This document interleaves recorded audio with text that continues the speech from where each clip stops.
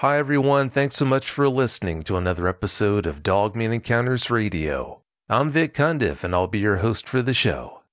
Before we bring on tonight's guest, if you've had a Dogman encounter and would like to speak with me about it, whether in private or on the show, please go to Dogman-encounters.com and submit a report. I'd love to hear from you. If you've had a Sasquatch sighting and would like to be a guest on Bigfoot Eyewitness Radio, please go to BigfootEyewitness.com and submit a report. All right, let's bring on tonight's guest.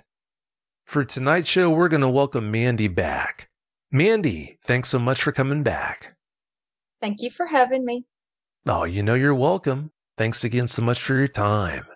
Mandy, I'm not even sure what to say about how strongly last week's show affected listeners. I'm not surprised it did, though, considering the things you shared with us. How are you doing now after doing that show? Are you feeling any better? I am feeling better. I still have, some days aren't so, I have the ups and downs, but overall, I'm feeling better. Oh, good. That's why I do this, and that's what it's all about. I'm so glad it paid off for you. It did. Thank you. And thank you, everybody that commented. We read them all, and we really enjoyed the milk bone stories. Those were nice. It was great. I was like, wow, see, I can't believe I got in so much trouble for eating milk bones. That's funny. Yeah, it wasn't just you. On last week's show, we ran out of time and you weren't able to share all of your encounters with us. Please start now where you left off last week. Just like last week, though, please give us every last detail that comes to mind. Okay. All right. So...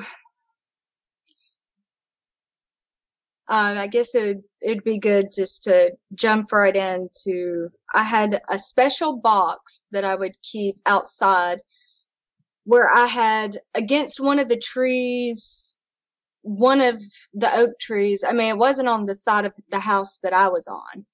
It was actually close to my dog's doghouse that I made like a homemade teepee, just laying sticks up against a tree, and I hid a little box that had my special things that I would play with outside. So my special rocks that I found, my favorite little, my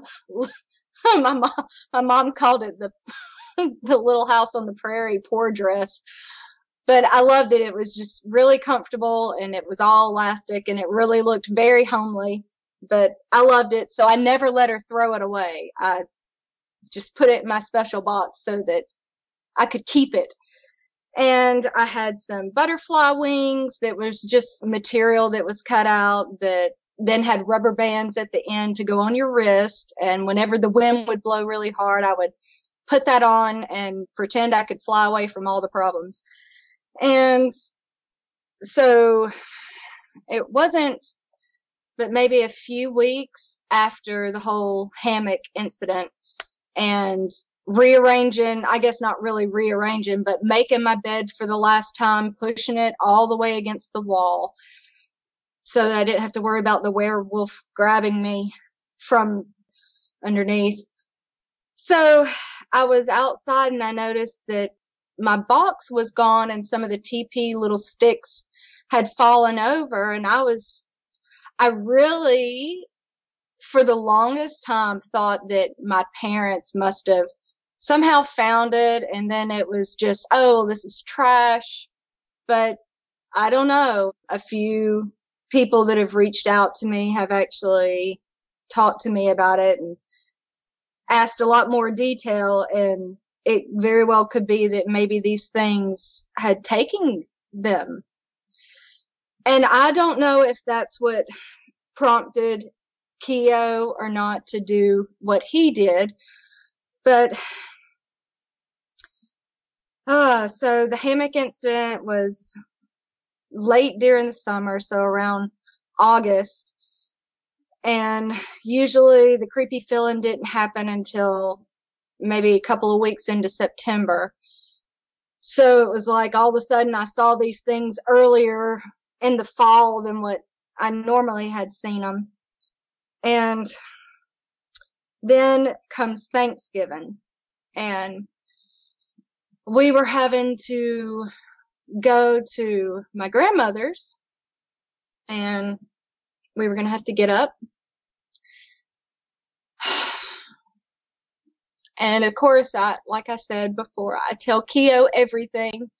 So I had expressed my horror and my grief and let him know, which I think he already knew, that this thing had come up to me, had then not just breathed on me, but very likely touched me. And I think it just got to the point where Keo didn't tolerate it anymore, and it was time for him to set some boundaries. And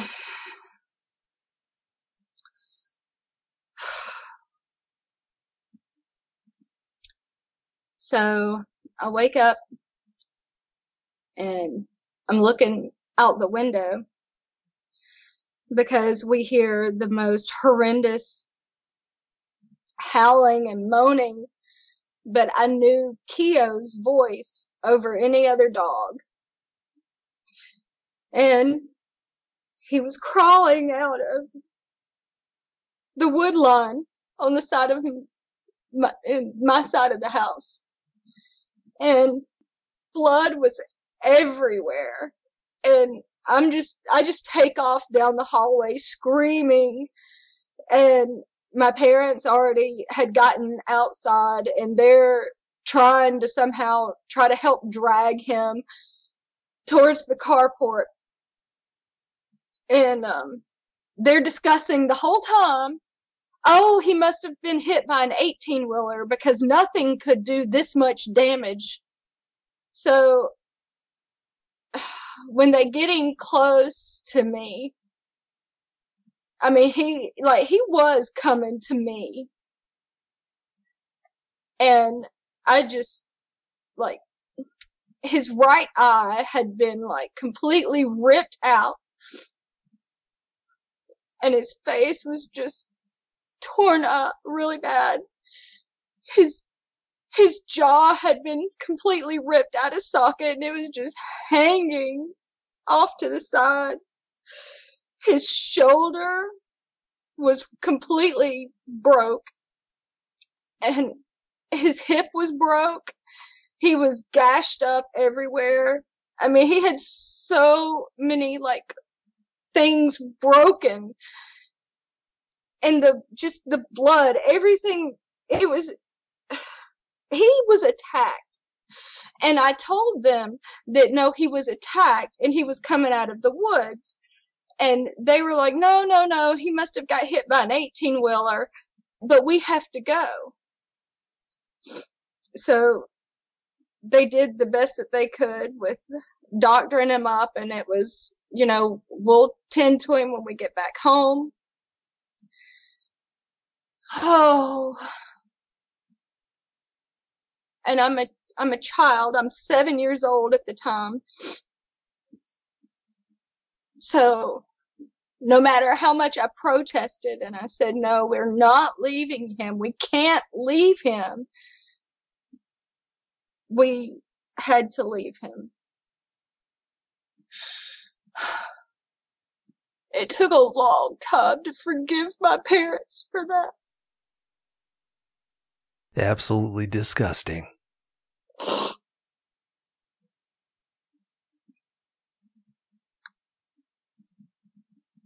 I mean, he was the only one that, that protected me or defended me. And then I couldn't stay with him, and I just wanted to stay with him. I didn't want to go see any of the other family. Like, I didn't care about anything except for staying with my dog in case he died. But, okay.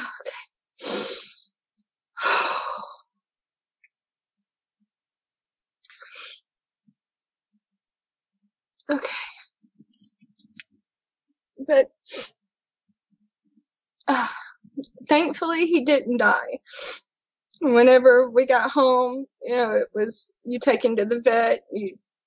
They did the best they could with taking care of him. And then as he healed up, I still can't believe that he even survived. I mean, this dog should not be alive. I mean, if you would have seen him, you would have been like, there is no chance that he would survive, but he did. He survived. And he couldn't really walk very good after that. He couldn't play with his tennis balls because he couldn't open up his jaw without it completely dislocating. He only had one eye, and he was going blind in it because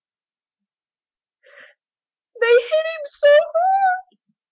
Mandy, let's take a break. Oh, I'm sorry. It's okay. It's okay. Let's take a break. We'll be right back. Mandy, when we left, you were telling us about what happened to Keo. In your own good time, please continue. Okay. So, even though he could see with his left eye, he couldn't see very well because he had been hit so hard on that side of his head that it partially detached his retina. So we knew he was going to end up going completely blind. So I just tried to make sure to spend as much time with him as possible. And, it was hard not seeing him be able to play with his tennis balls anymore, even though there were times that he did try. And my mom would have to come out and, dislodge it out of his mouth and then try to get his jaw back in alignment and then remind him that those days were over. She was really sorry. And you could just tell that it was different. He couldn't really walk very well. He walked very slow. He all of a sudden was a very old man that you just knew, like his days were numbered. And it's really sad because it wasn't, but maybe 2 years later, maybe 2 years. I don't really remember the exact time that they started talking about divorce. But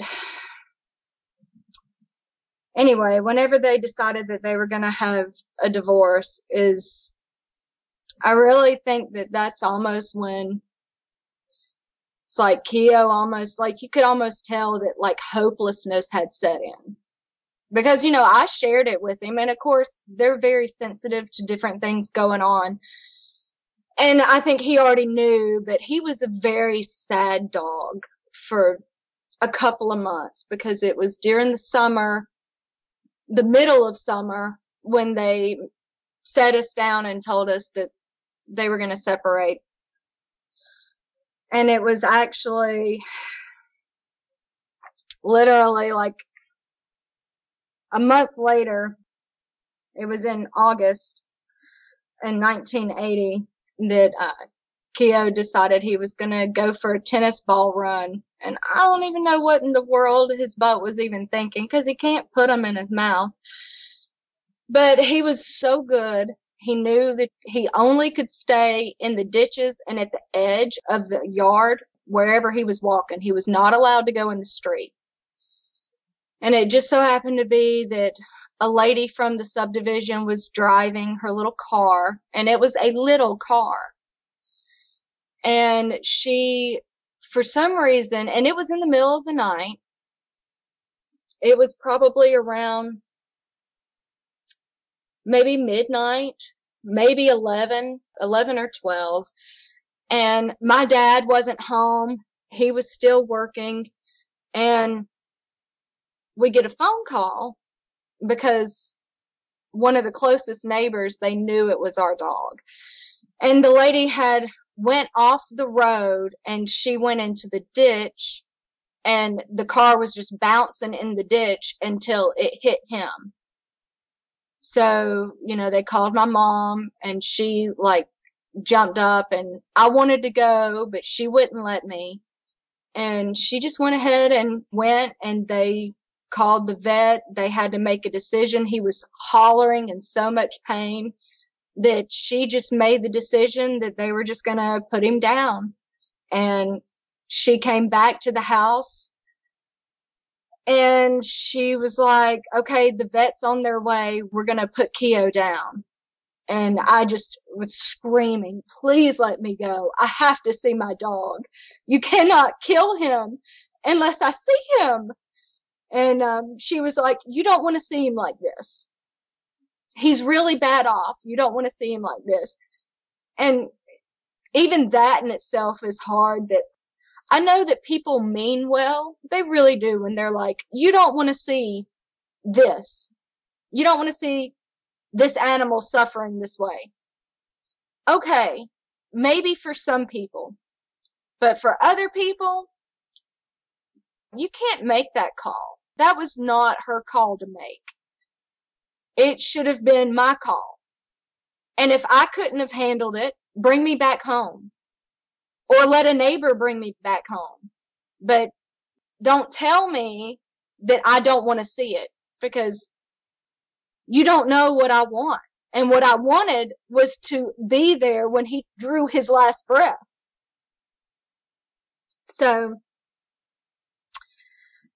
and then the vet took him. I begged her to please let me bury him. But they didn't. So, I didn't get to say or see him after that, of course. And I did. I wanted him buried in the backyard where he was happy, where we had, just where he could have some peace. I did not like the idea of some stranger having him, even though I know when he's dead, he's dead. I understand what it means to be dead. I've buried a son, so I understand what a lifeless body looks like.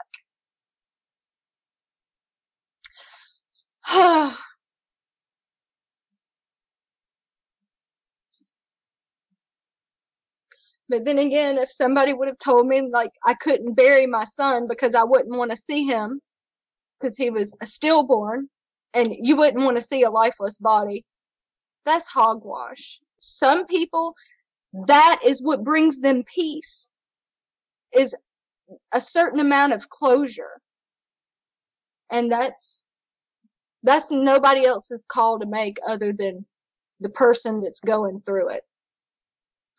At least that's my own personal belief. So that was hard, but the amazing thing was that now, I'm about to be 8 years old, going back to school and having kids ask you, how was your summer?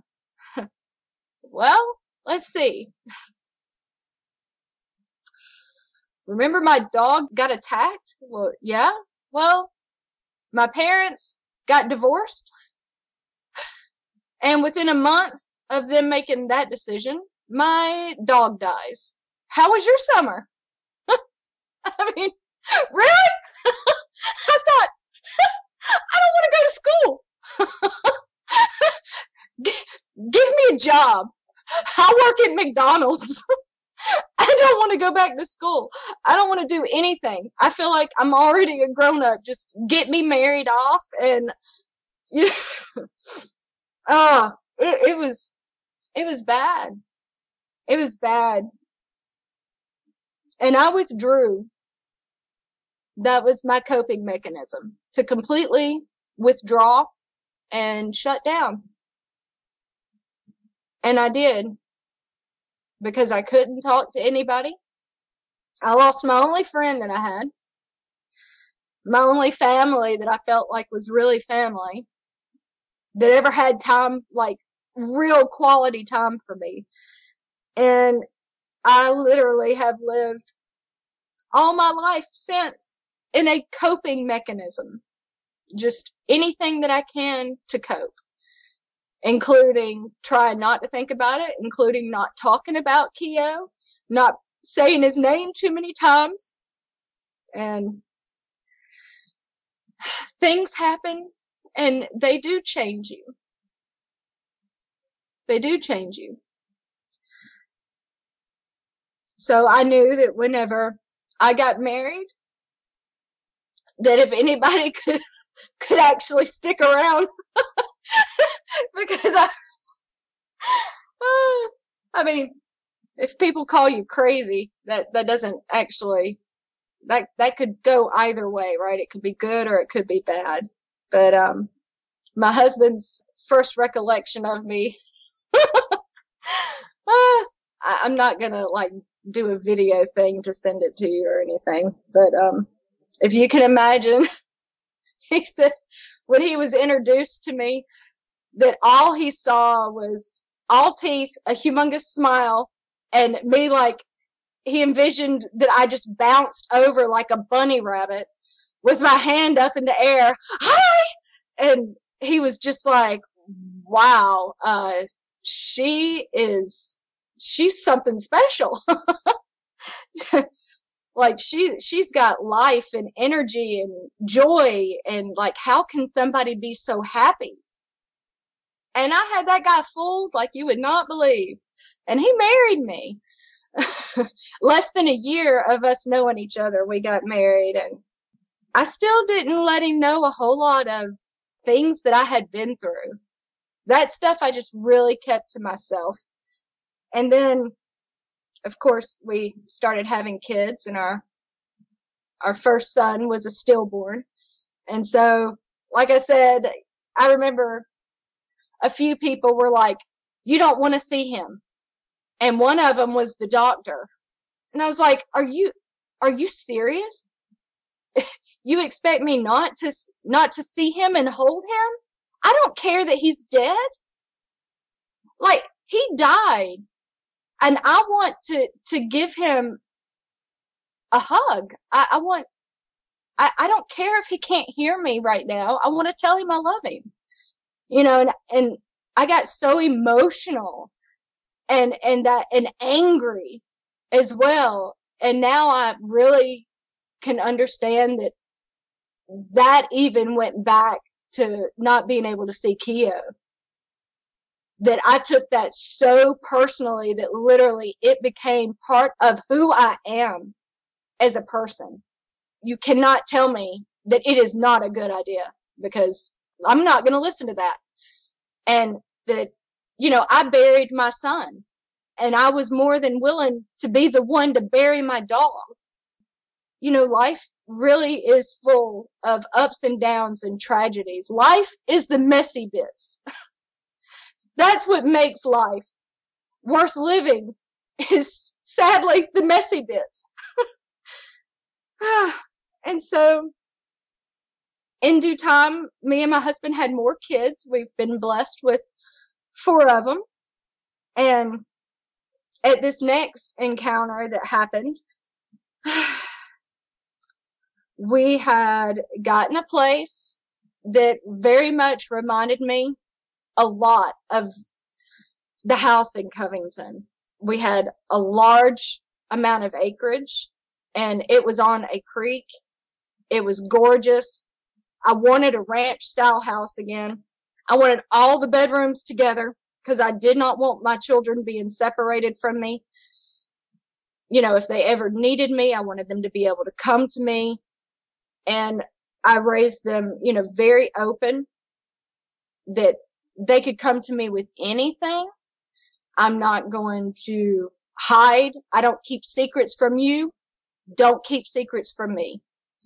I'll never make the decision for you that you can't see, because we did have a cat, and the cat, right before we actually got the house with all the acreage, our cat was 21 years old.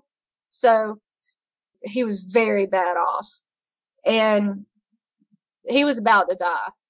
And I remember looking at my daughter and I said, if you want to come with me, you come with me. You're closer to Isaac than what the boys are. So if you want to come and say your goodbyes, then do it. Because I'm not going to tell you that you can't come, that you don't want to see him take his last breath. If you want to, you do it. And she thought about it and she ended up coming with me because to her, she was like, I can handle it, but I just don't want him being alone. And I said, that's exactly the way I felt about Keo. So I will never rob you of that closure that you need. So sadly, our cat didn't even get a chance to see. We had been living in a condo, renting for so long, and then we were actually going to have land that he possibly could actually step out into a yard. It was one of those, can you hang on just a little longer? But he didn't, so it's all right. If he would have seen what was there, he wouldn't have wanted to be there anyway. So at first, it was all great. It was really great. We had peacocks just coming like crazy. They'd wake you up in the morning. They were around the house. They were like on the deck. They were just at the car. They were outside with you. It was so strange. So we had peacocks. We had, all kinds of crazy animals. Just, it's like, does somebody have a zoo that's across the creek that we don't know about? It was so weird. But then we were only there for a couple of years. And it was the last year that we were there. Within 6 months, we noticed a pack of coyotes that had moved in. And it was fascinating watching them try to jump edges of the creek. It was a huge creek, so it was actually a small river. And it was fascinating to watch them.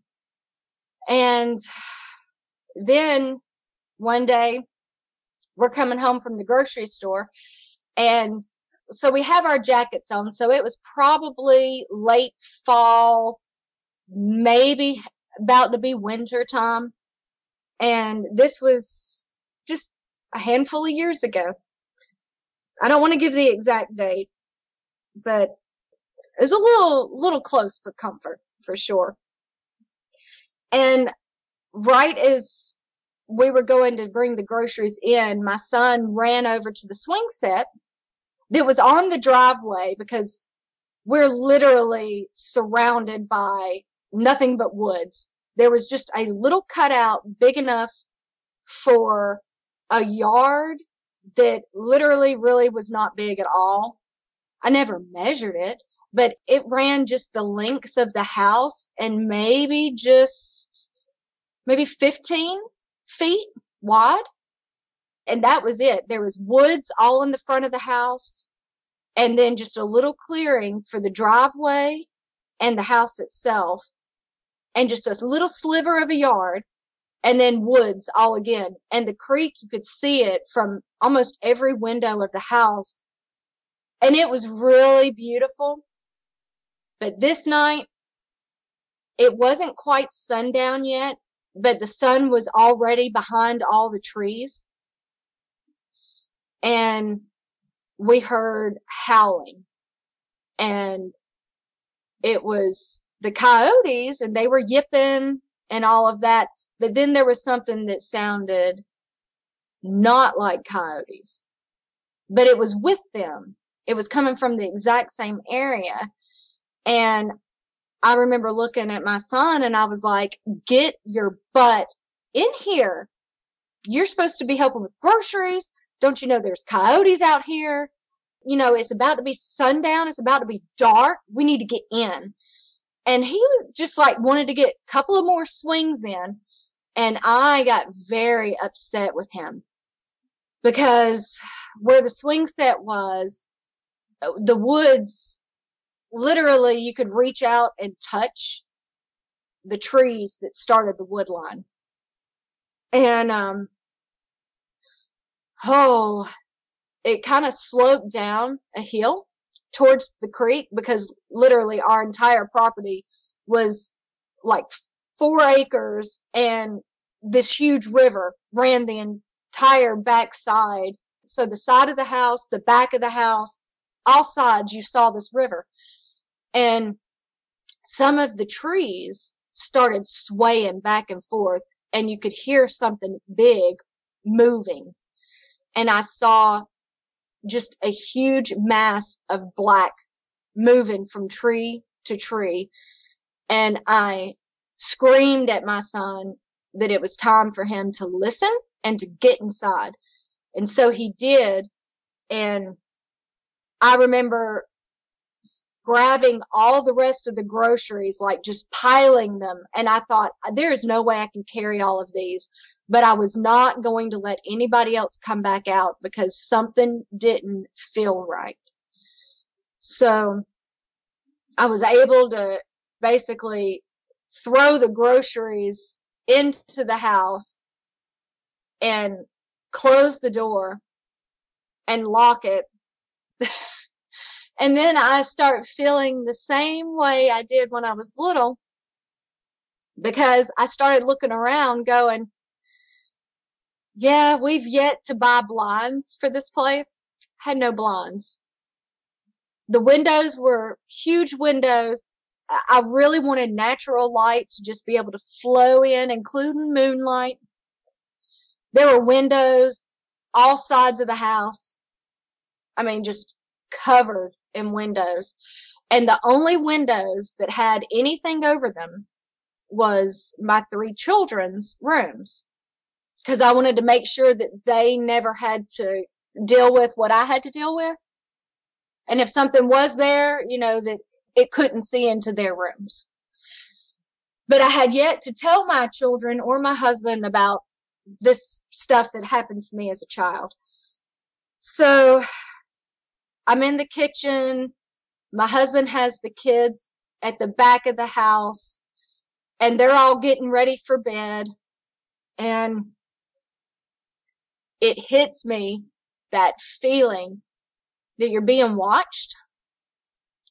And I start looking around, and I'm going, man, every light in the house is on, and I can't see out the windows. It's nothing but reflection of myself.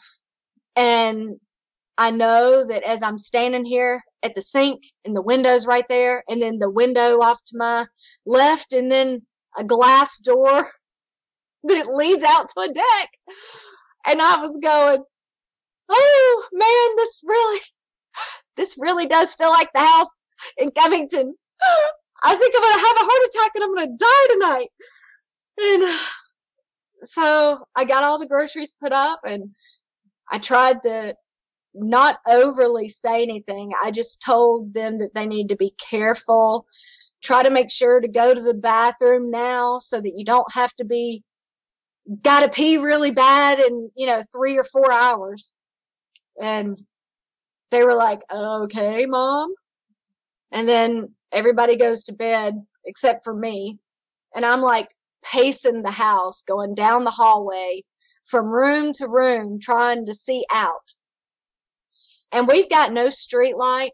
Like, whenever we got this house, we looked for an older neighborhood that was full of trees. And then we were like so excited about the land, and that this literally, out of every house in that little subdivision area, which there was like maybe 10 houses. No, maybe 15 houses, 10 or 15 houses. And when you pulled into the subdivision, there was actually 3 cul-de-sacs. So we were at the end of one of them. And we, of course, had the biggest property.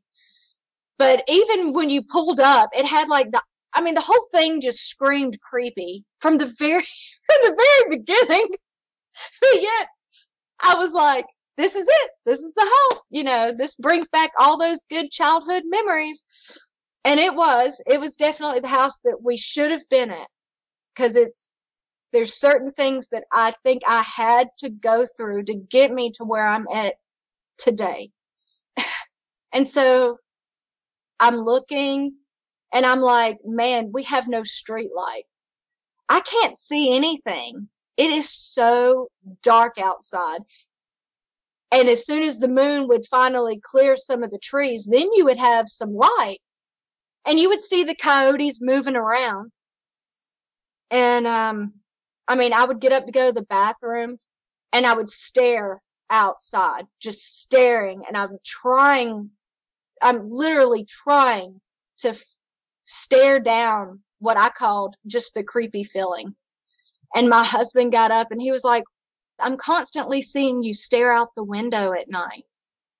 Why don't you come back to bed? And I'm like, I can't. He was like, why? I said, because I cannot allow this house to turn into something creepy. And I cannot live in fear like that again. I have to look. I have to make myself look. And he was just like, okay, I don't understand that, but if that's what you got to do, okay. And he was like, well, do you see anything? And I'm like, I don't know. At times, I think I do. And then he would laugh and he would go, oh, is it Sasquatch? And I would just slap him because I was like, are you kidding me? Please. I do believe that they exist. Don't give me a hard time about that. Because I'm thinking if these other things exist, I have no problem believing that Sasquatch exists.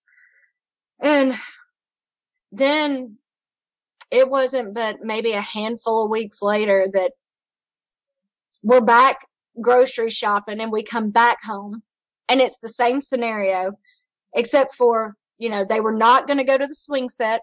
We had that discussion. But they're holding groceries and one of my children looks to the other and says, hey, do you see that? And they're looking and then they're like, Mom, look at that. And so we look down the biggest pathway that we have going through the woods because we like really tried to clean up. And it was looking really nice.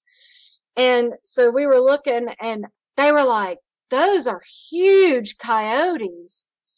And I was like, wow, they really are big. I said, man, I don't know. And maybe they're wolves because they're not the same size. And they were like, yeah, they're like 4 times bigger, at least.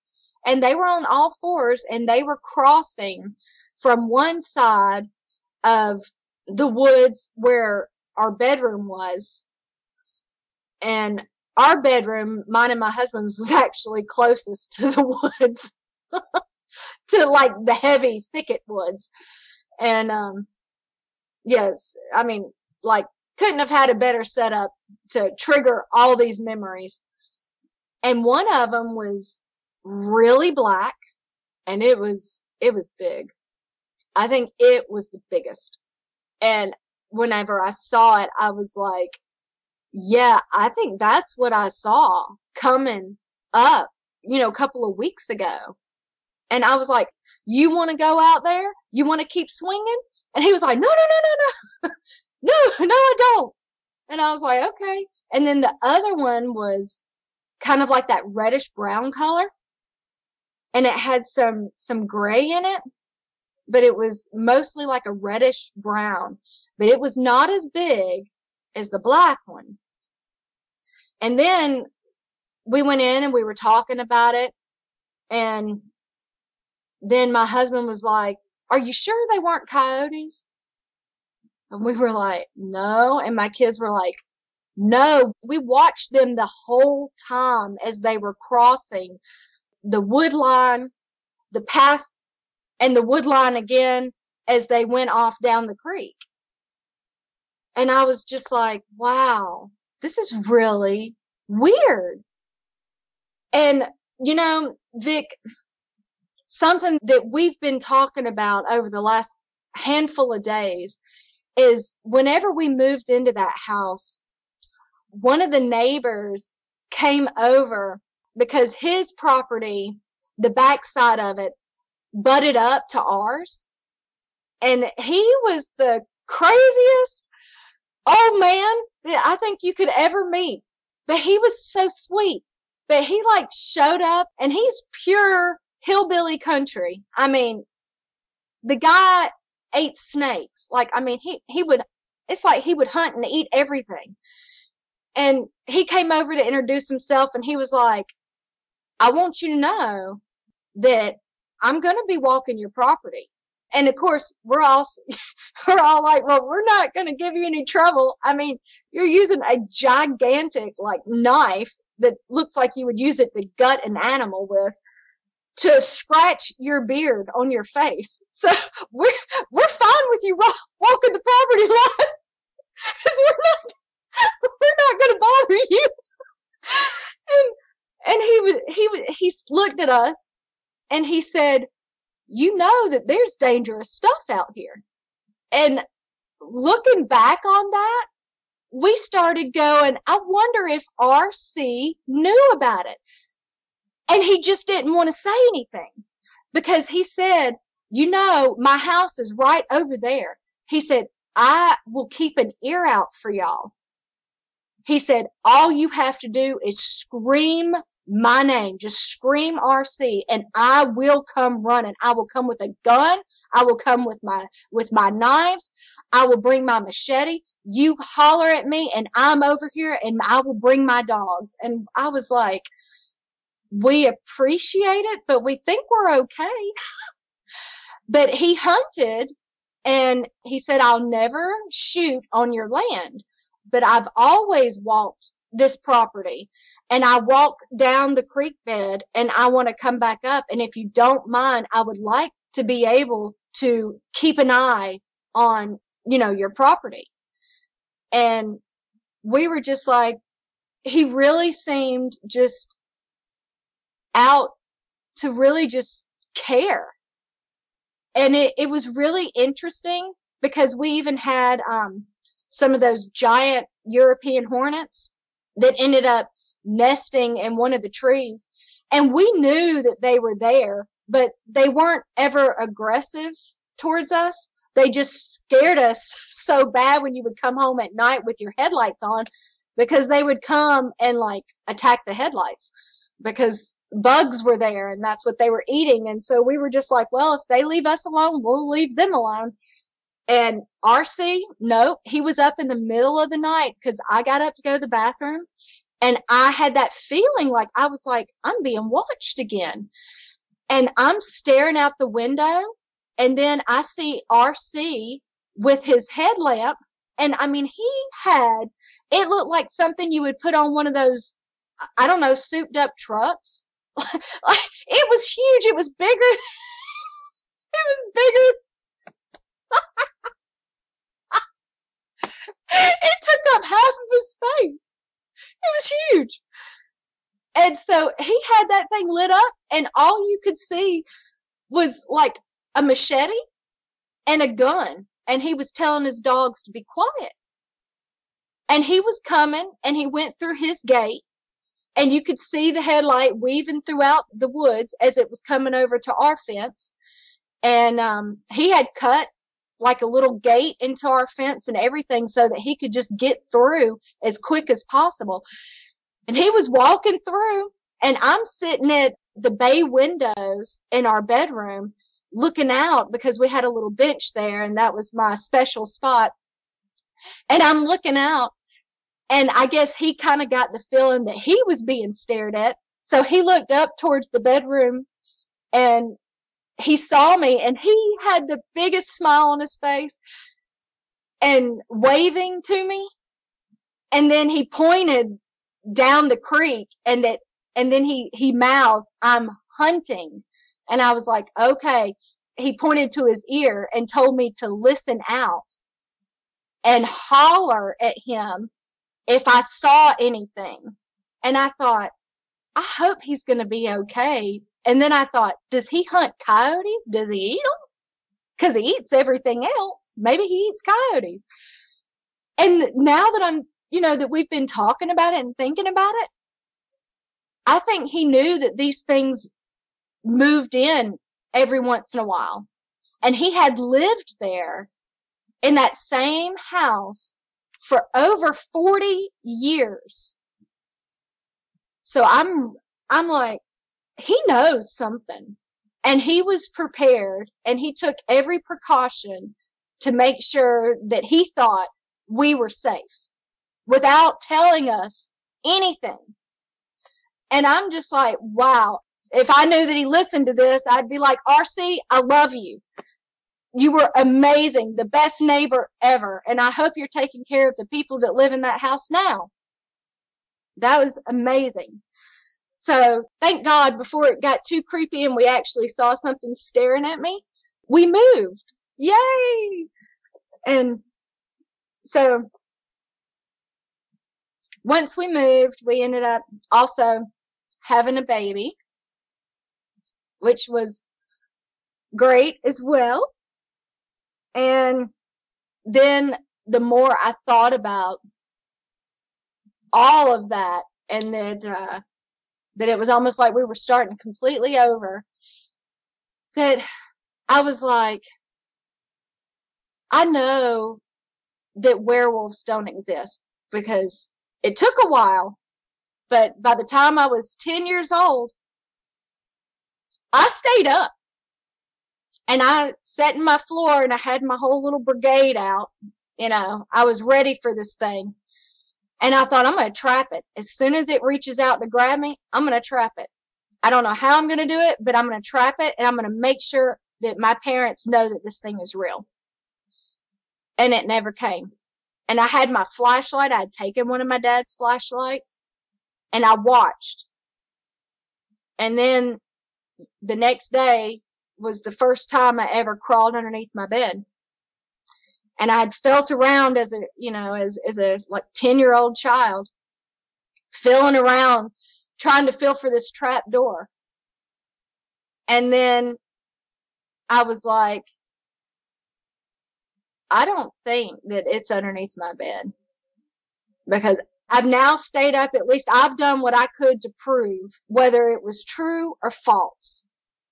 And I'm calling BS on it.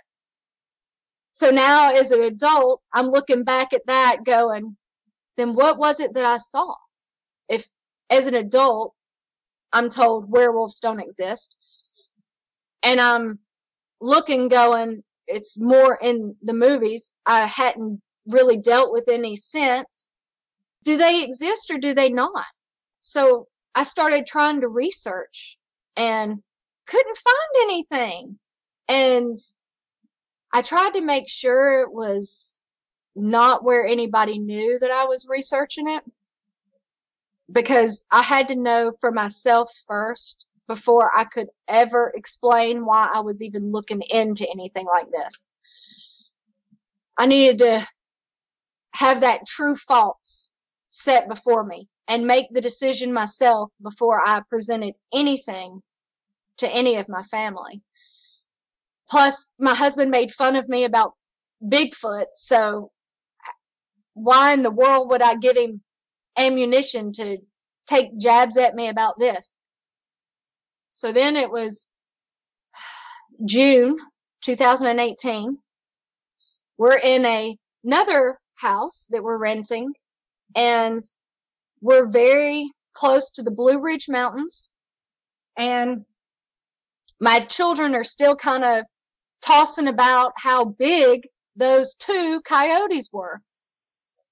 And I started looking up different terms, and I came across you, Vic, and several different other, I guess, places, YouTube, whatever, that talk about dogmen. And you were the only one that I actually could listen to. I was very much drawn to you for lots of different reasons that I don't even know how to explain, but I'm where I'm at for a reason. And I remember going, it's the way that he talks to people. It's the way that he shows respect. It's empathy. It's compassion. I don't know if I'll ever actually reach out to him, but I believe that he does genuinely care. And I wasn't going to talk to anybody unless I knew and had that true thoughts that it was true that this person, whoever I was going to talk to, actually cared. So I listened to lots of your episodes and lots of other people's Dogman stuff as well. And I kept coming back to your episodes and listening to how the people would handle it and what they would do and what they were trying to do to try to avoid these encounters. And I was like, okay, it's time to at least tell my children. So I sat them down and I told them. I didn't give them every last detail. I told them enough. And I said, if you would like to listen to what I have been researching, I will let you listen to one. But you have to understand that once you do, there's no going back. You cannot pretend that you don't know. Once you open that can, it's open. There's no closing it back up. So they all agreed that they wanted to. So then they listened, and they were like, they believed me because I'm their mom, and I try to never lie to them ever. And I'm like, open, honest communication is the way that I live my life, and it's the way that I train my children to live their lives. And so they were like, we got to tell Dad. I'm like, whoa, whoa, whoa, whoa. We have not decided whether or not we're going to tell Dad about this, because you know how he feels about me believing in Bigfoot. And they were like, Mom, he needs to know. So he was working from home one day, and I was like, do you have a few minutes? He was like, yeah, I'm on my lunch break. What you got? And I'm like, well, I saw a few werewolves when I was young. And he was like, okay. I'm like, okay. He was like, is there anything else? I was like, yeah, it scared the hell out of me. And he was like, okay. And I said, and I have a weird feeling that it's not going to be the last time that I'm going to have to see something. And he goes, okay, why? And I said, well, I believe that we had to move out of that house because they were there. It's just, it wasn't time for me to see them yet. Like, to see them and recognize what I'm seeing. So we explained that the really big coyotes that we were like, I don't know, are they wolves? I mean, they're huge, but they're bigger than wolves. That even though I didn't see them and the kids didn't see them standing on two legs looking into the window, that it was only a matter of time that they probably were. Because we were the first people to live in that house for over 12 or 13 years. So I just think it was a matter of time. And I think there was a reason why we ended up moving out before it happened. I don't think I was ready. I know I wasn't ready. And I know that my children weren't ready because I hadn't even shared anything with them yet. So I remember we sat down and I was like, we need to discuss what we would do if we were to see something. And my husband, he's got one of the greatest laughs ever. You could just be mad at him and he's laughing. And it's like, but I'm so mad at you, but you end up laughing with him because he's just got one of those contagious laughs. And he was just laughing and he goes, okay, so what do we do if we encounter a werewolf? And I just sat down. I was like, I don't know. And he goes, well, why are we talking about it? I said, because we need to talk about it. I said, people have like, what do you do if there's a tornado? You know, where are you going to meet at? What's going to happen? And I was like, what are we going to do if we see it? What would you do? And he was like, I have no idea. I've never seen one before. I've never dealt with it. And I was like, okay, so would you just want me to kind of be the one in charge? I mean, you're always in charge, but if something like this was to happen again, would you want to follow my lead and let me decide what needed to be done? And he was like, yeah, because I wouldn't know what to do. And he even looked at me and he's like, I'm not sensitive to whether or not something's good or bad. He just looked at me and goes, I'm not the one that can walk into a room and you know what the vibe of the room is, whether or not people are happy or sad or mad or somebody's struggling with something or somebody's upset about something or somebody had a hard week. Oh, that person looks like they literally just lost somebody that they loved. You know, that person is dealing with something that they're not talking about. Oh, that person probably just had an accident because they look like they're in pain. They look like they're having back pain trouble. They're having trouble walking. I bet they got into a car accident this week. So different things like that. He was like, you can sense that stuff and I can't. So I think I would rather trust you and your instinct on how to handle something. So that's what we decided to do. And the kids were like very happy about that because it was like, wow, you know, he listened and they discussed it. And then it was, then the more I got to hear more and more episodes, the more I was like, okay, so if you have a national park, a state park, or some type of wildlife refuge on either side, and you have bodies of water in the center, the encounters seem to happen more in these type areas. And I'm like, at least the ones that I was hearing. So this was probably maybe September by this time. And I knew that we were about to take a trip to Hilton Head, South Carolina. And 6 months before, I had booked a house for us to rent. And this was before I knew anything about that, on where you're more likely to see them or where it's more ideal. And so I looked up the address of the house that we were about to go stay at in a few weeks. And I was like, oh, I cannot believe that I did that. You have the Hilton Head, the whole island is a wildlife refuge. In between the Savannah Wildlife Refuge, which is only an hour away. And then you have all this body of water dancing in between. And it just so happened to be that I picked the house that was right at the beginning of the wildlife refuge. And this was a house full of nothing but big, gorgeous, beautiful glass windows.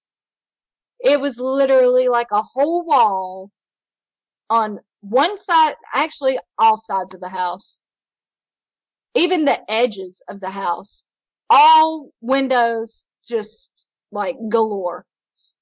The whole living room would be considered a sunroom, basically. Just huge windows just all around it. And sure enough, no blinds. There's a handful of curtains, and that's it. And so I went and broke the news to the kids and to my husband, and they laughed so hard. And then they were like, well, no, you're serious. And I'm like, I am serious. And I said, I don't know. We just need to be very watchful and careful, and we need to keep our eyes open, because I just have that feeling. I have the feeling that I've been prepared. Like all of these months has been preparing me for something, and I don't think I'm ready for it, but I don't know. I just know that I'm going to have to face that fear. And I very much felt very strongly about that I was going to have to face something that literally was one of the biggest fears, probably the biggest fear of my entire life, was to have to deal with this again. And So we went to Hilton Head. And everything was great. We were going to be there for like 16 days. And the first week and a couple of days, no, the first week. The first week was absolutely beautiful. It was great. We went horseback riding, and my daughter's keeping her eyes open the entire time. And she would look back at me because she was just like a horse. Her horse was in front of my horse. So she would turn around and look at me, and I would give her the okay. I don't sense anything. Everything is fine. Enjoy the ride. And so she was like, okay, all right. And so then we decide that it's just going to be 2 of my children and me and a friend. And we were going to go to Savannah because my husband was going to stay back with the baby and my other son. And it would be easier on me to be able to help my friend see her friend that actually lived in Savannah now. And I was like, you know what? We want to go to Savannah. I'll take you. And then just call your friend and we'll meet up and y'all can see each other. It's great. We want to go to Savannah anyway. And so we did, and we're driving and everything's great. And thankfully I had already discussed this with my friend so that she would actually be aware. I figured that she proved herself to be quite a loyal friend, that I could at least give her some detail. And by the way, I'm sure she's listening. I love you. You know who you are. And so we're like driving, and then my daughter just goes, Mom, where have you turned down? And I'm looking, and all of a sudden we just see Savannah Wildlife Refuge, like the little welcome to Savannah Wildlife Refuge. And I was like, uh-oh, I made a wrong turn. It's like, we've never gone to Savannah this way. We've never gone to Savannah this way. I don't know why my GPS even did that. And I was like, okay, look, it's going to be okay. Everything's okay. Keep your eyes open, just in case you know. If one even steps out near the road, I'm not slowing down. You don't touch the doors. Don't get anywhere near the doors. Don't rest your elbows on the windows. I do not want to hear that window roll down. I will flip out. I was like, we're going to be okay, but I want you to know if one does step out, I'm going to hit it. I'm not going to slow down for this thing. Just full speed ahead, and whatever happens after that, but I'm not going to slow down for this thing to open up a car door. And they were like, okay, so everybody's on high alert. And of course we make it to Savannah. Everything is good. And we stay there, and then I'm like, okay, it's about to be sunset. We need to get going. And so we get in the car, I set the GPS, and then we're going down the road, and we're talking about, how great everything was and how beautiful the sunset was, because we were still in Savannah as we were heading out. The sun, like completely disappeared, but it was a beautiful sunset. And then here we are on a like one-way street. There was nowhere for me to turn around.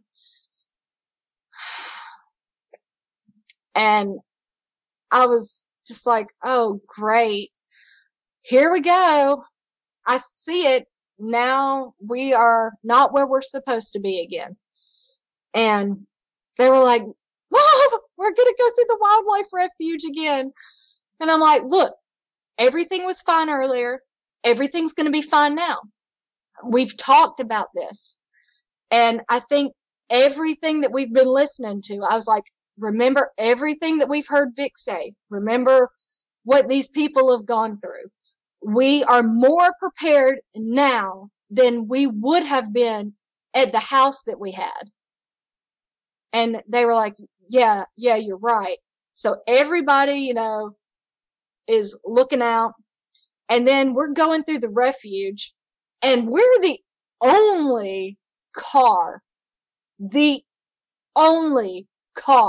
entire time. And when we got out of the refuge, I think we all were like, thank you, God. And then I remember my friend was like, but they have a really keen sense of smell. Do you think it might have detected you? And I was like, no, don't say that. No. I mean, the windows were up. We didn't roll windows down. And I thought, no, certainly not.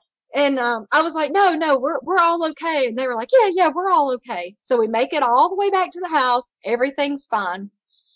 The rest of the night was uneventful. It was, just get ready for bed and all of that. And then the next day was a really good day, really beautiful day. And then that night, I was hit with a really bad, sick migraine. So I took some headache medicine and I had peppermint oil all over me and went and laid down. And my husband was like, try to get some sleep. You've had no sleep. I'm going to take the kids. I'll just leave your friend and our daughter here. And you try to get some sleep. And we're just going to go to the grocery store and then we'll come home. And I was like, okay, thank you. So I remember that I did fall asleep and it was so quiet, but so did my friend. She fell asleep. And so my daughter was the only one up and she was reading her book and she started kind of having that creepy feeling that she was being watched. And so she moved because the place had 3 living rooms. It was huge. And we didn't even realize this house was that big. I don't know if they added on to it or what, but we didn't even realize it was this big until we got there. And so she moved to one of the other living rooms and it still had windows, lots of windows. And it wasn't but maybe 5 or 10 minutes of sitting there that she started having the feeling again. So she got up and moved to the third area, the third living room. And she started getting that feeling again. So then she got up and came down the hallway and she checked on me and saw that I was sleeping. So she's so sweet. She was thinking, well, Mom doesn't sleep very good anyway. She's finally asleep. I don't want to wake her. So then she went and checked on my friend and she was asleep. She had fallen asleep. So she didn't want to wake her because she was like, oh, I don't want to wake somebody up just because I'm paranoid. Maybe I'm just paranoid because I'm thinking about it so much. So then she goes back and sits back down in the living room. And she's even tried looking out the window to see if she could see anything, but she can't see anything. But whenever she sits back down and starts reading, she starts getting that feeling again. So then it started getting to where she didn't really want to ignore it because we talked about that. If you get that feeling, don't ignore it. It's probably right. And even if it's not right, it's better to be safe than sorry. So she came back down. I was still sleeping. So then she went and checked on her friend, or my friend, our friend, and she was still sleeping. So then she just sat down and she prayed.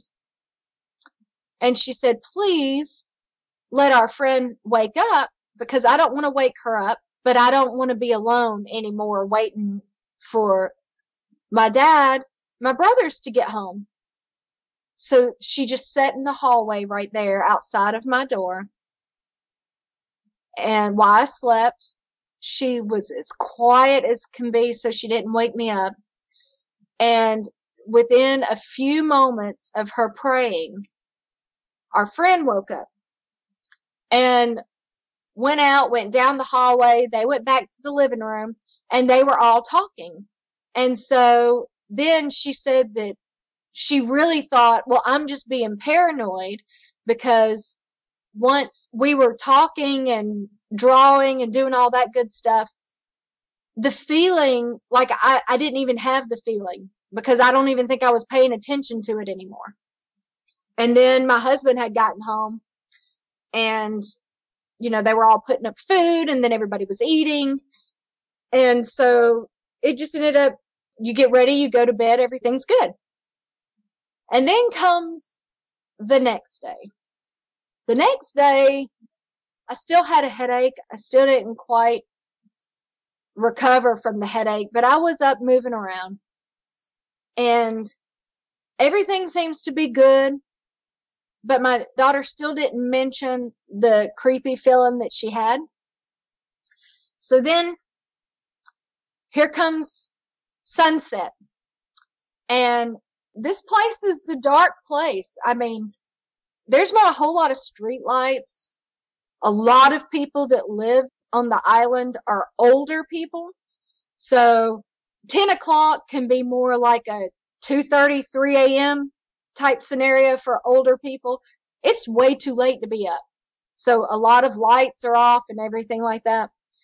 And so literally right outside of the main living room area that is basically like a sunroom because it's just windows everywhere, you have maybe 10 feet, maybe 15, maybe 10 or 12 feet from the windows, so the house, to the woods. And what's in between the house and the woods is the pool.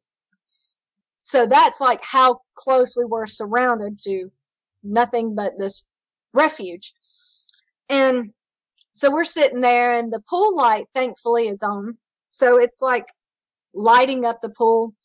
And they were like, Mom, there's this huge spider. So I go over, look out the window at the pool, and there's this really big spider. And then my husband was like, I think the snake is bigger. And there's a water moccasin in the pool, along with like a couple of frogs too, really big frogs. And this snake is just swimming around. And I was very freaked out about that. I was looking and I said, that is really creepy. And it's really given me a very uneasy feeling. And they were like, well, why? It's just a snake. And I said, for one thing, we're still going to be here for another week, a week and a few days. And there's a snake in the pool, a venomous snake. So I was like, okay, we just need to keep our eye on it. And as everybody is really looking at the snake, and I was too, but I started looking out past the pool, focusing more on the woods. And I was like, well, I'll be taking my friend back. So I'm going to finish up with the clothes and then I'll take her back to her place. And so the kids all got ready to go to bed. And my husband was doing some reading. And by this time, we were finally done, maybe around 10. And so I checked the pool again, looking out of the window, seeing the snake was still there. Then it like went into the filter area and then we didn't see it after that. And I kept looking out to the woods and I was like, it's just not right. Something's just not right. I don't know how to explain it, but it's just not right. So, they kept saying, okay, well, how are you feeling? Do you feel like somebody's watching you? I said, not necessarily. I don't know how to explain it. Something's not right. And so we went out, we got in the car, and it was just me and her. And I was taking her back to her place, and we're talking about it. And we're also noticing so many people are not driving around because most people are, like I said, wherever they're at their house, they're at wherever they're staying, or they're eating somewhere. So there's just not a whole lot of people on the road. So we get back to her condo And it's about maybe 15, 20 minutes down the road from where we were staying. And I walk her up because I'm like, I insist on walking you up. I need to make sure that you get inside. She was so cute. She was like, well, I need to make sure that you make it back to your car. And so I was like, okay, fair enough. And I was like, okay, nope, get up there. We're going to your room. So I walk her to her room, and then I usually would take the stairs because, you know, I love looking at the moon. I love looking at the trees and listening to the wind. And so I would normally take the stairs, and something just told me not to take the stairs. So I got into the elevator, which I did not want to do because it smelled like cigarettes. And I'm allergic to cigarette smoke. So that's why it's not like I have anything against people that smoke. It's just I'm allergic to it, and I don't enjoy my face blowing up like a balloon. So I went ahead and took the elevator, got down, started walking back towards the car, which was so funny because I literally parked on the sidewalk because I didn't want to park in a parking spot because they were too far away from where we had to walk. And I thought, because something didn't feel right. And I thought, no, I will park on the sidewalk. I'm only going to be here for a few minutes. I won't be in anybody's way, I'm sure, because everybody seems to be in bed. So I walk back to my car, and as soon as I go to grab the door handle, I have that feeling that I am being watched. So I stop and I turn around, and I'm just dumbfounded right now because I'm trying to put pieces together. I'm going, the tennis court is literally just a handful of feet away from me, and it's got lights on it. The guard station, I can see all three guards that are standing in there talking. I mean, we're that close. And then I look towards the back side of the car, and I'm like, okay, we are kind of like at the end of the parking lot, and it is kind of dark. There's not a whole lot of light down there.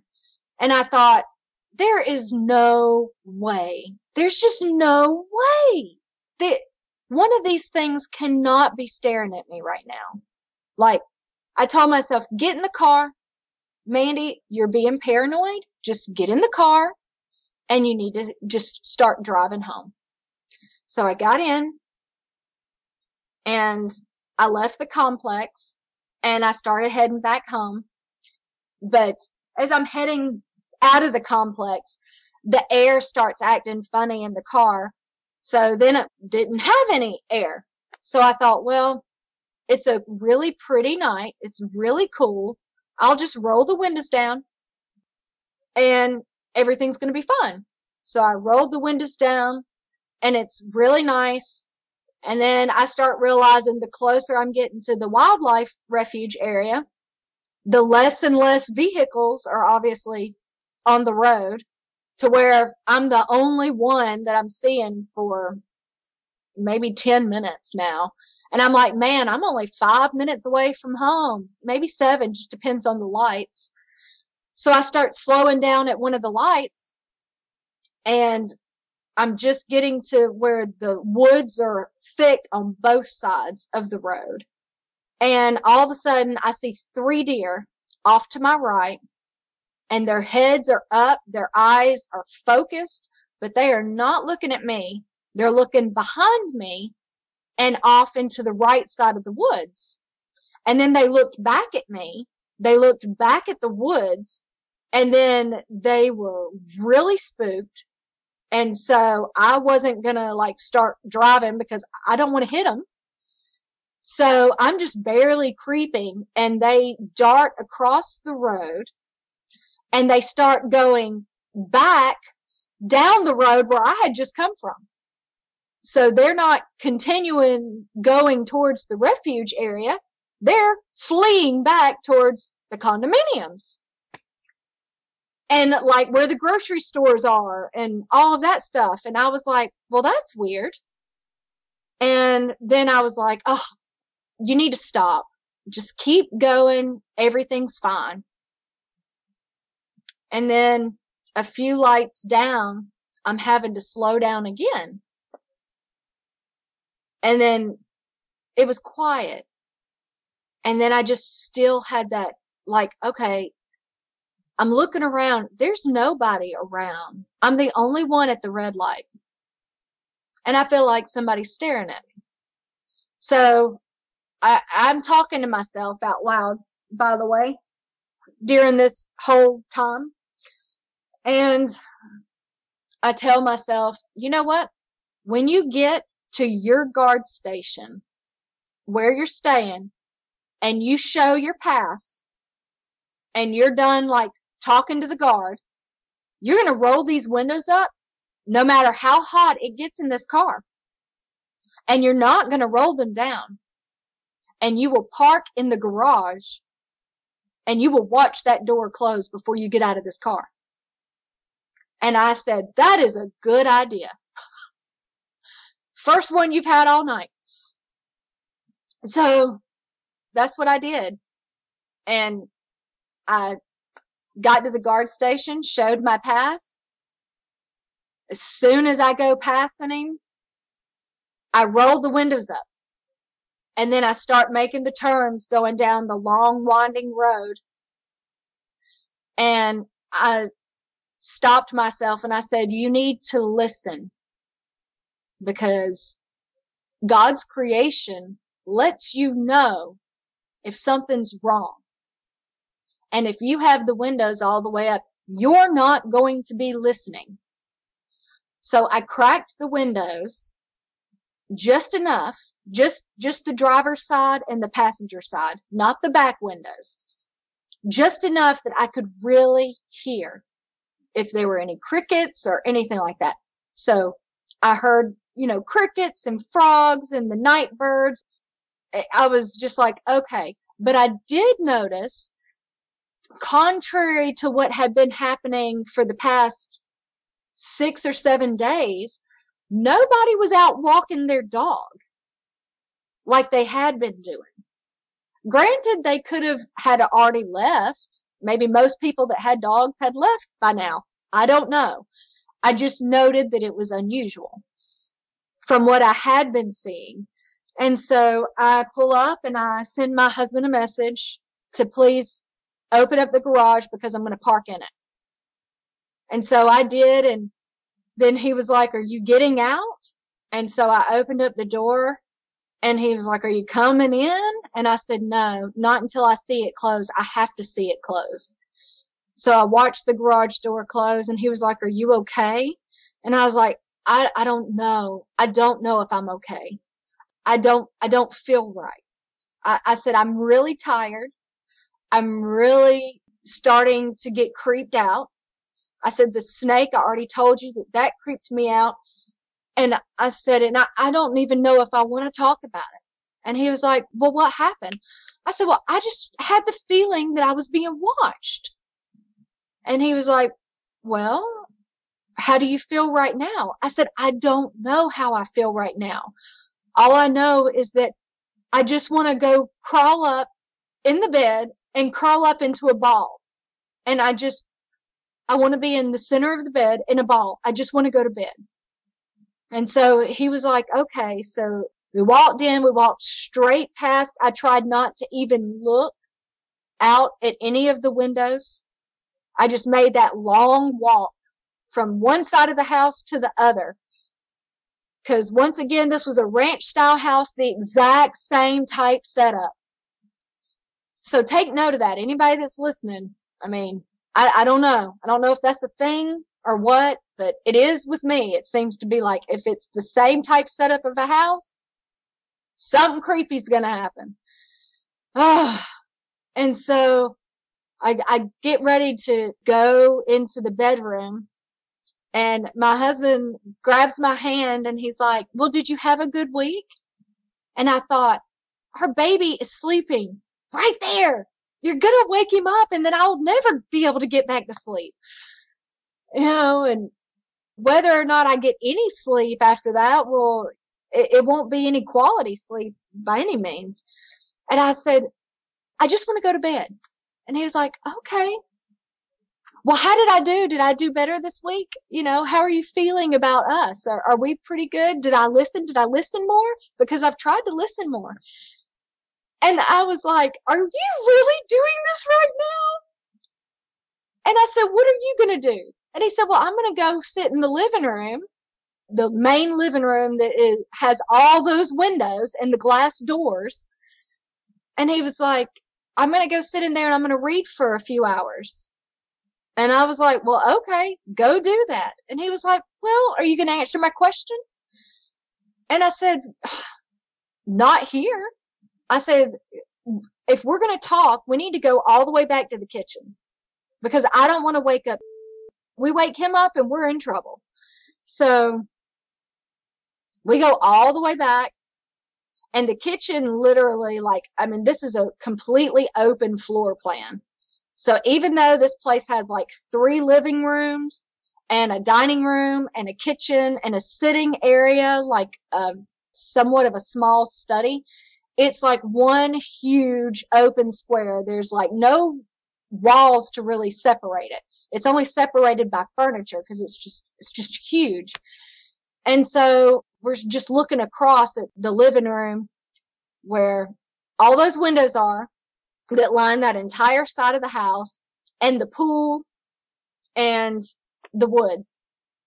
And so we're standing there and we're looking at each other, talking, and the windows are off to my left side.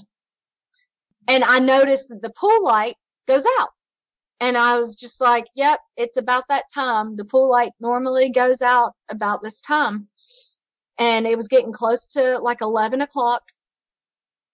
And so I'm answering his questions and we're hugging. And I'm like, yes, it's been the most wonderful week. It really has. And I was like, we're all tired, but I'm really looking forward to the next week, and however many days are left, that I'm really looking forward to the rest of the time. And then I said, and, going to Savannah. I'm really looking forward to going to Savannah again. And then he's looking at me talking, and I just look off to my left because I start getting that, it's almost like a cold sweat mixed with that cold chill that runs from the top of your head all the way down to your feet.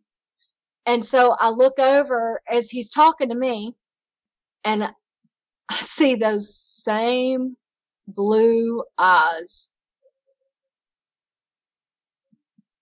And they are bright.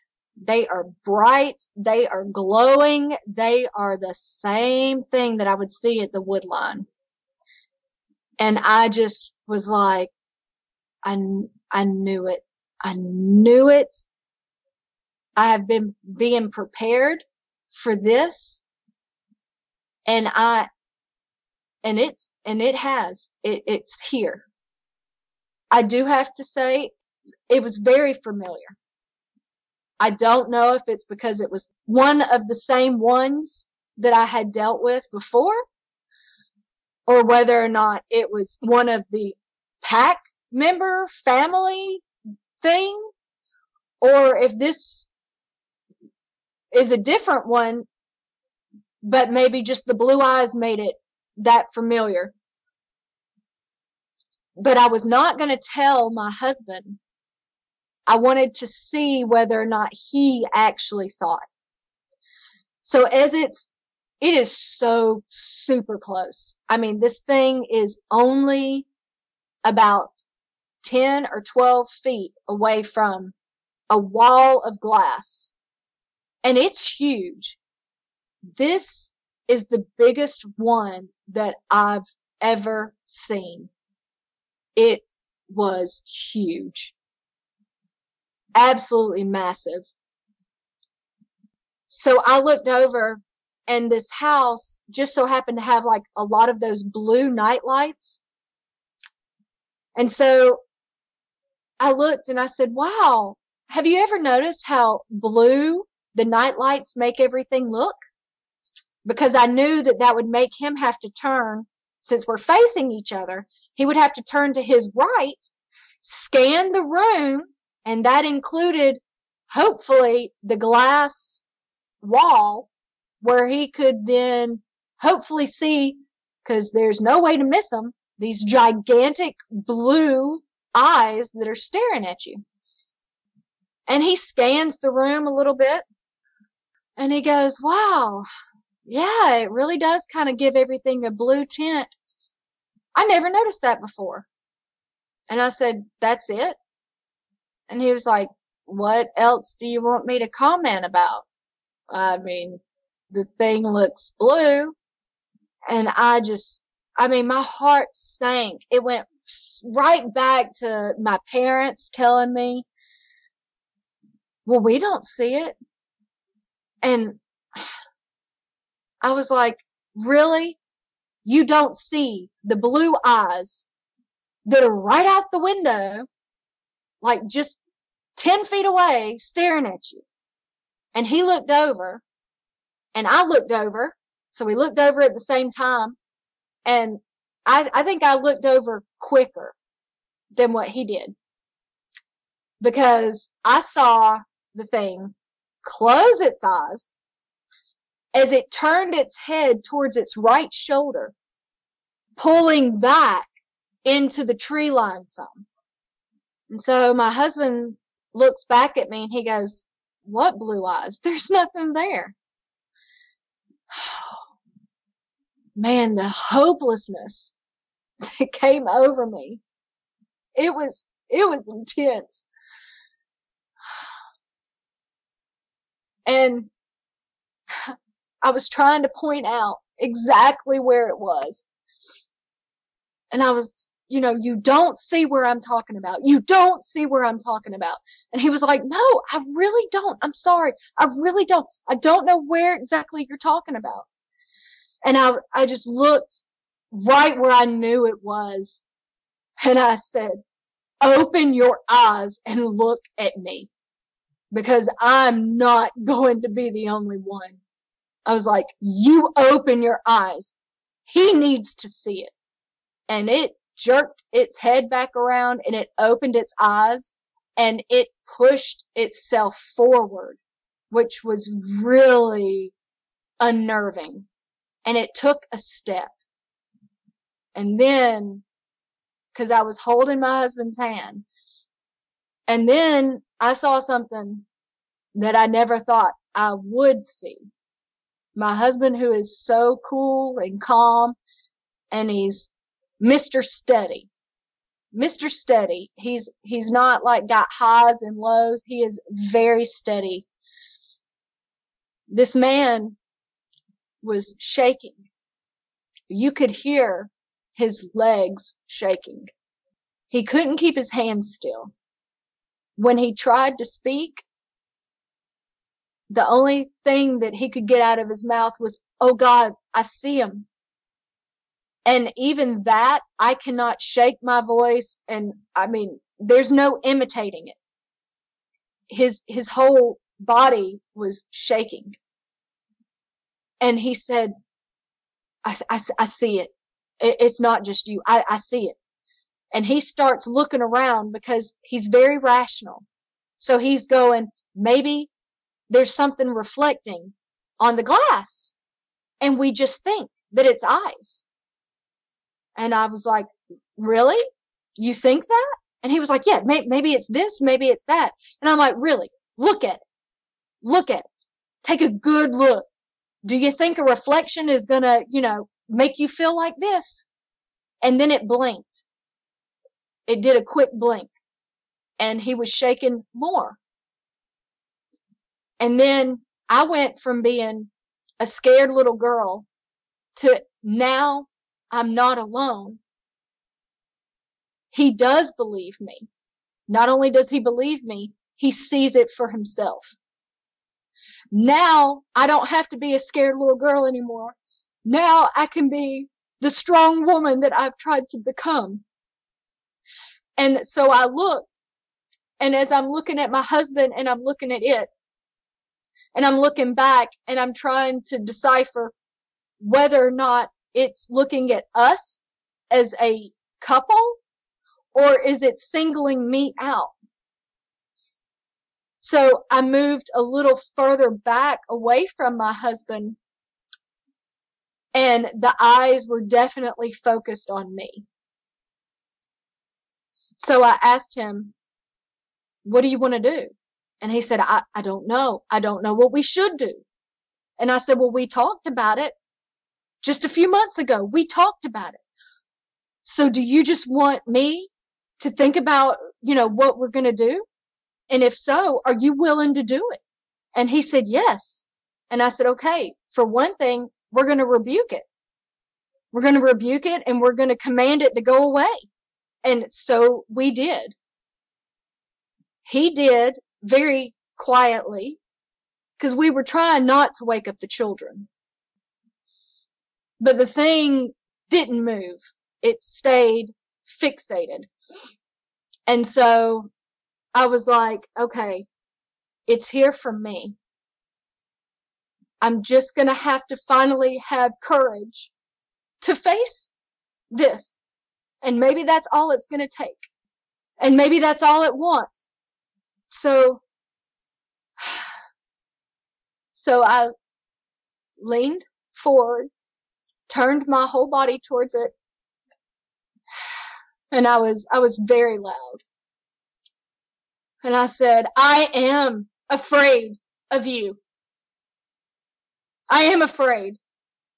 But it's not what I do with that fear that makes me who I am. It's that I can take that fear and face you and do something that I've never done before, which is actually face you. And then I started singing. But this time I wasn't the scared little girl singing squished up against the wall, trying to be as small and as quiet as possible. This time I am the woman who is in the house that it doesn't matter how loud I sing, I'm not going to get in trouble.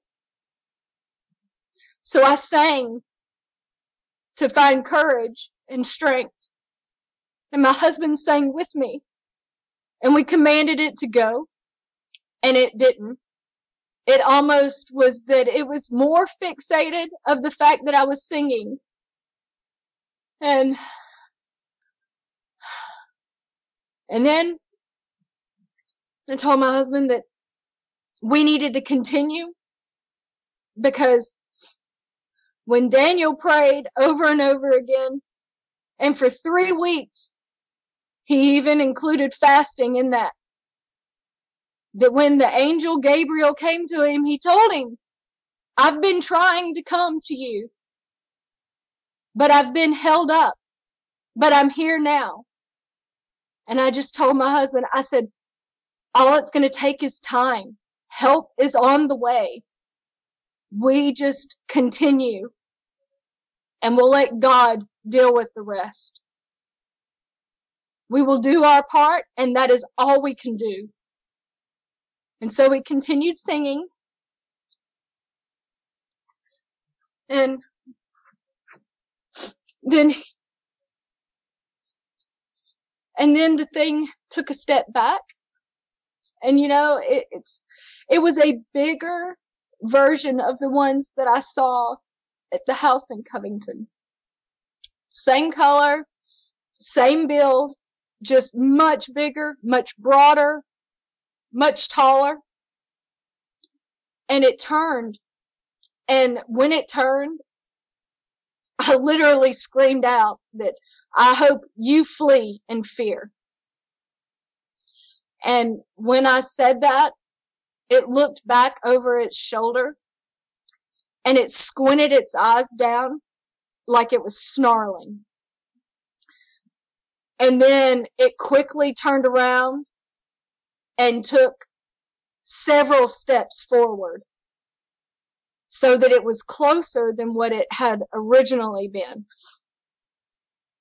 Whew. And all I can say is I think anger took over, because I wasn't so scared anymore. I was angry.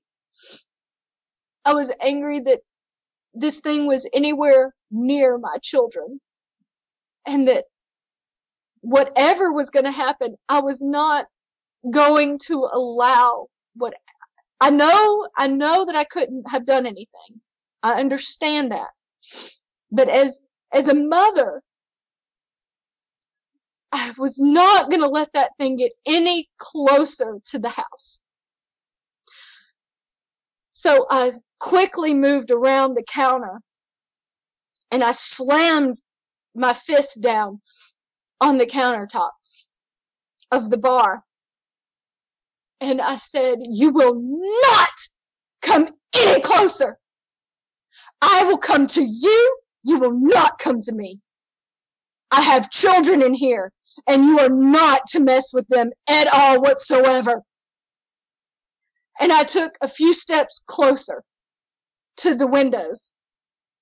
And my husband quickly came around and he grabbed my hand and he was like, "We do this together. You are not going to do anything alone anymore." And the thing took one step back as it was looking at me. And I told it, "You need to go away. Go away and tell all the rest of the ones to leave us alone. Don't hurt us. Don't come back. Just leave."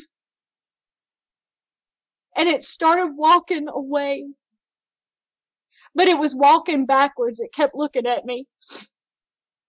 And it literally just disappeared. The further back that it went into the wood line, you can't see. You can't see through all the trees and all the bushes. And it started moving away. And I said, "Okay, that's it. Now we turn every light on outside that we can find. And we turn all the lights off inside." The game plan was we get all the kids, including us, we're all in the same room. That was the plan. If we stick together. You are stronger together than you are separated. And so we pulled all the night lights out of the walls. We gathered all the children. We turned all the lights on the outside of the house, and we all got into one room. The children were already awake. They had been laying there listening to this from the very beginning. They heard as I was asking him if he saw the eyes. So they knew. They didn't see it. They didn't have to see it. They knew. And they knew what to do, which is you just remain silent. You remain silent. That's what we talked about. And you wait for us to gather you. You don't come trying to investigate. And we were all together. And the first thing that my husband did was ask how each one of us was feeling. What were we thinking? And he said, "I'm not going to have you shut down. Now is not the time to hold all of this in. Now is the time for you to tell us how you're feeling. Talk about it. Even if we're up talking about it all night long." He was like, "Daddy saw it. Daddy was scared. I've never seen anything like that in my entire life." And he said, "I wasn't able to see detail." He said there was like not hardly any lights in this area. So all we had was what the neighbors had on. And he said, "Your mom knows what this is." And he said, "I saw the big black mass. I saw the eyes. This thing was huge." And he said, "There is no doubt what this thing was." He said, "But did I see like all the details and teeth and fingers and all that?" He was like, "No." And he said, "But I was not looking either." So we're talking, and he's letting the kids know immediately. Daddy's not afraid to say that he was afraid. And I thought, that's a man. That is wonderful character to be able to say that you are afraid. And that was not a weak moment that he had. It really showed so much courage and strength. And what an example for my children, for his children, to see that. And so we were talking for a couple of hours. We had no idea, because the plan was not to go out, of the room to try to check, to see what's going on, no matter how much we wanted to. We were not going to do that. We discussed whether or not we were going to call the, security police or not. And then we thought, well, for one thing, what are you going to tell them? And then I said, I'm not calling anybody right now, because even if they don't believe us, they're going to go check. We're putting their lives in danger. No way. No way am I going to have them walk around out there and possibly, one, provoke the thing. I was like, no. We wait. We've done what we could do, and we wait. And so we're talking, and now it's about maybe 2:30 in the morning. And I just all of a sudden was so drained, just completely drained. And I leaned against the window in the room that we were in. And when I did, I heard so many frogs and crickets, and one of the night birds that was busy building a nest came right there and was sitting on the bush outside. And I was like, it's gone. It's gone. We're okay. We are okay now. I was like, y'all can get some sleep. Do you hear? And I mean, you couldn't help but hear, because the nightlife is so loud there. I mean, so loud to the fact that it was a little difficult to even fall asleep until you could kind of just get used to how loud these things were. And it was hard for them to go to sleep. But we just continued talking until they felt completely comfortable to go to sleep. And my husband, he stayed up until it was almost dawn. But he told them that he would watch over them. And I went and got in the bed. And I really don't think that I fell asleep. I think I passed out from just so much built up ever since I was 2 years old. It was like an explosion, and my body just gave out. And several days went by. Every day we talked about packing up and leaving. And the very next day, when we were asking the kids, do y'all want to leave? Because money isn't worth it. Money is just money. It doesn't matter if we have the house for another 10 days. If you are fearful, we're leaving. That's it. Don't worry about how much money we put into renting this place. We don't care. What we care about is how you are feeling. And they were like, well, what do y'all think? And I said, to be honest, I don't think it's coming back. Not here. I said, I think it came for what it came for. And I really think that we're fine. I said, and if I have that feeling that something's not right, I will tell you, and we will pack up and we will leave immediately. And I said, and if y'all have that feeling, we'll pack up and leave immediately. You just say it. And I told him, I said, we're going to be parking in the garage. And I said, and don't worry about whether or not it might follow us home. I said, we are going to drive. We've already talked about it. We're not going home the shortest distance. We are going to drive an hour and a half to 2 hours out of the way, almost like the wrong way, in order to take every precaution that we think we can take before we even start heading back to the house. And so they all were like, no, we think that we'll stay. Okay. well, that's fine. If we're going to stay, there's some things that I need to do to feel okay about staying. One was, I'm sorry, I didn't think it was a good idea to use the pool anymore, just to be on the safe side, because using the pool or laying in the lounge chairs, I'm overly putting my scent out again. And I really felt like this thing was there for me.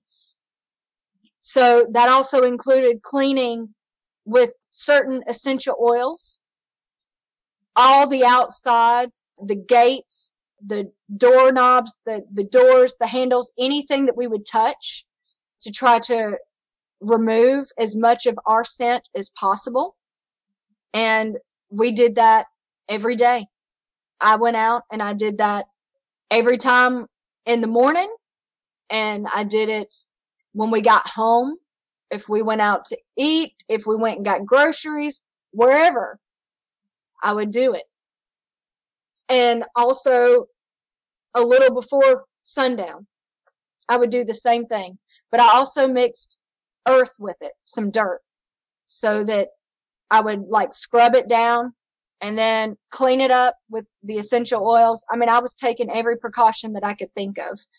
And so a few days had passed, and I decided that if I thought that I saw anything, it didn't matter if it was really there or not, or if I felt uneasy, I was going to immediately act upon that, be overcautious rather than undercautious. So it was a Friday night. We're still there. And it was a lot lower. But I saw something that made me think, okay, that could be eyes. I mean, it doesn't quite look, the same. This could just be some type of animal, but I'm not taking any chances. So I hollered for the kids. I said, that's it. Get up and go to the room. And they were like, do you see something? I said, I have no idea, but I need you in the room so that I can start covering up, because I was in the middle of cooking, appliances or what have you, so I can see whether or not it's because I've got so many lights on in here or whether it is something. I said, but it's way too low to the ground. I don't think it's that, but I'm not taking any chances. And so they did, and they told my husband, and he came in there, and we were cutting off lights, we're covering up, putting dish towels in all kinds of areas. And then finally, a spot on the stove, I threw a dish towel over, and I was like, that's it. Okay, but it doesn't matter. I said, we're already calling the security, because I checked earlier before I started dinner to see if anybody else was going to be renting that house. And it was going to be rented out for the next 3 months. So I was not going to have the police not aware of something that was dangerous that was in that area. So we made the phone call, and my husband was like, are you sure you want to do this? And I said, I feel like I have to, because who knows if they're going to have kids with them. It's for somebody else's safety. And at least I feel like I've done my part. I have to look out for somebody else. So the first police officer shows up, and he's like, okay, so you have an animal disturbance? And I said, well, it was really just reflection off of the stove tonight, but we had to get you out here because several days ago we did. And so I started telling him. I didn't tell him what it was, because that's for sure not gonna, earn a whole lot of points in the area. But I gave him enough vague details that it scared the hell out of him. It was written all over his face. And I told him, you're not going to go out looking in the woods by yourself. You better have at least 3 people with you. And he said that he was waiting on his partner. And thankfully, 2 of them showed up. So then he said, well, we'll meet you in the back. And I said, okay. So my husband agreed that, he would let me be the one to talk to him. So I went out there and explained to the other 2 now what had happened, without giving a whole lot of detail, but given enough detail that they understood how serious this was. And they said, okay, can you show us the tree? I said, yeah, I can show you the footprints. I'll take you right to it. You can look and see how big it is compared to yours. And so we walked over there, and it was now my husband standing where we were standing in the kitchen, and he was looking out at me and the police officers. And one of the police officers was well over, maybe he was 6'1", 6'2", but he was over 6 foot. So he's standing there, and he doesn't stand in the exact spot because he didn't want to step on the footprints. He was like, no, I think that's a pathway. I said, no. If you look, and I pointed out the pine straw because it was really thick with pine straw, but there was pine straw that was still up, that was not pressed flat, in between the footsteps. And I said, and it goes back, but I'm not going back there. You can, but I'm not, because look at that compared to your boot. And he was like, now, where did you say the eyes were? And I said, well, give me your flashlight and let me point it out to you. See if you can't reach it. And he was like, are you sure that you saw something that big? And I said, do I look like I'm sure? And, he was like, ma'am, I believe you, but how is that possible? I said, you tell me how it's possible, because this thing shouldn't be. It shouldn't exist. I shouldn't be calling you out here for this type thing. And I said, but considering how many people are going to be, I don't know if it's one family or a bunch of families that are going to be booking this house, but somebody needs to know in case they call, because they have something that they've seen. And I don't want you to be able to go, well, I don't know. I've never been told anything like this before.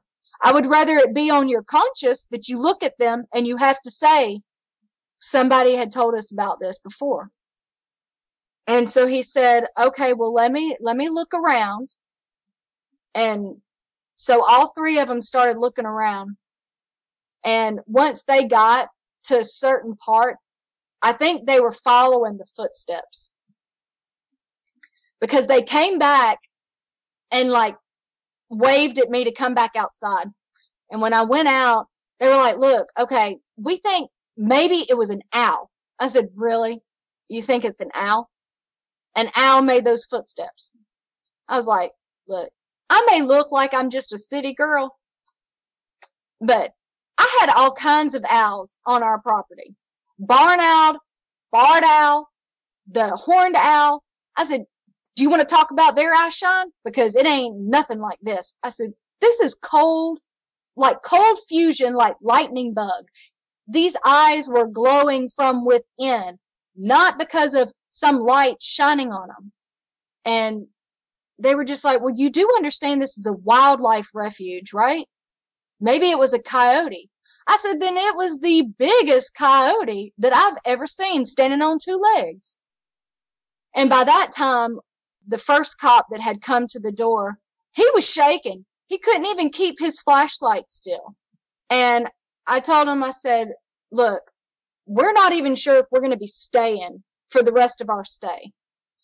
And they were like, well, how about we do a patrol twice a night for the rest of the time that you're going to be staying here. We'll do it at 2 a.m. and we'll run one at 4. And he said, and we'll walk not just around the house, but we'll come out into the woods. And I said, I don't know if I feel safe for you, not for me, but for you doing that. And they said, well, how about if we have 5 of us do it? And I said, then you're taking your own life into your own hands. But yes, that would make me feel a little better.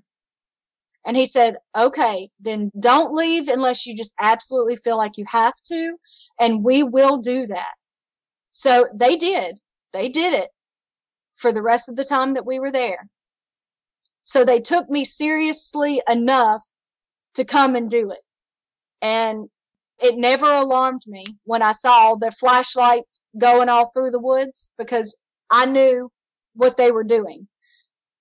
And, well, that brings you to what it was. And that was just a handful of weeks ago. So it's not something that, oh, she was just so young. She's just doesn't really know what she saw.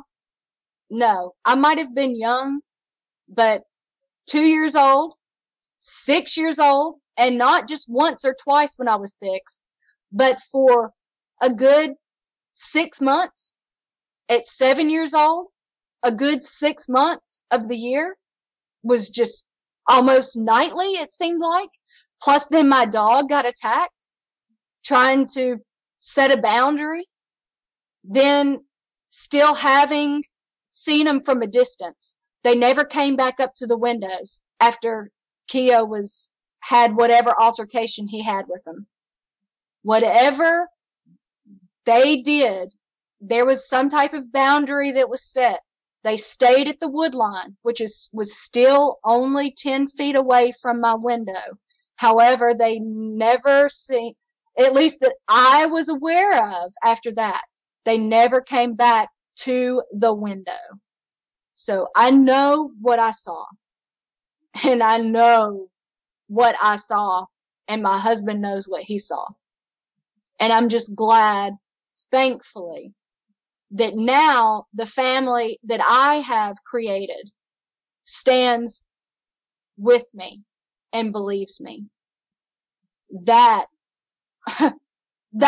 worth a lot, because it feels so good to know that you are not the only one.